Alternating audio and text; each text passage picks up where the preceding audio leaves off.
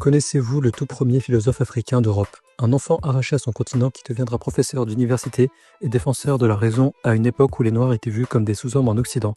Voici l'histoire d'Anton Willem Amo. Il naît vers 1703 dans l'actuel Ghana. Il est enlevé très jeune par des marchands hollandais et il est offert à une famille noble allemande comme cadeau exotique. Mais la suite est surprenante. Au lieu d'être réduit au rôle de serviteur, il est éduqué, formé et révèle d'un esprit exceptionnel. Amo étudie le droit, la logique, la philosophie. Il parle plusieurs langues, dont le latin, le grec et l'allemand. Il devient en 1736 le premier Africain à enseigner dans une université européenne. Il publie des textes de haut niveau dans lesquels il défend que l'âme humaine est immatérielle et s'oppose à ceux qui, à l'époque, décrivent les Africains comme des êtres inférieurs par la nature. Mais très vite, le climat raciste se durcit, son apparence dérange et son intelligence encore plus.